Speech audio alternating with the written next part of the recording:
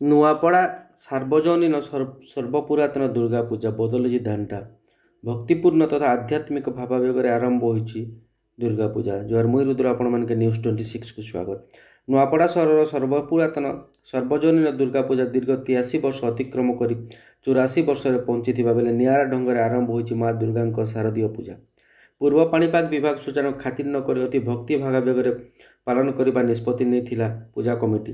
रविवार दिन 10:30 दुर्गा मंडपुर आरंभ होता माँ दुर्गा कलश यात्रा घंट और पारंपरिक वाद्ययंत्र सह शांति श्रृंखला सह कलश यात्रा संपन्न होता। सोमवार संपूर्ण वैदिक रीति आरंभ हो माँ दुर्गा पूजा।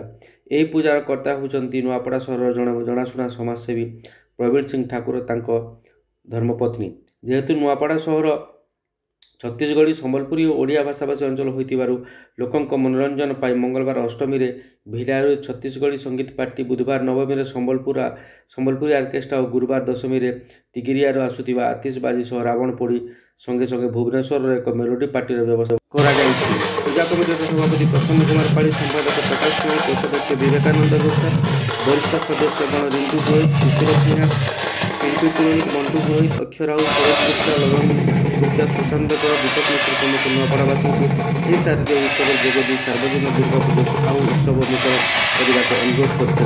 नुआपड़ार Deepak Kumar Mishra report news 26।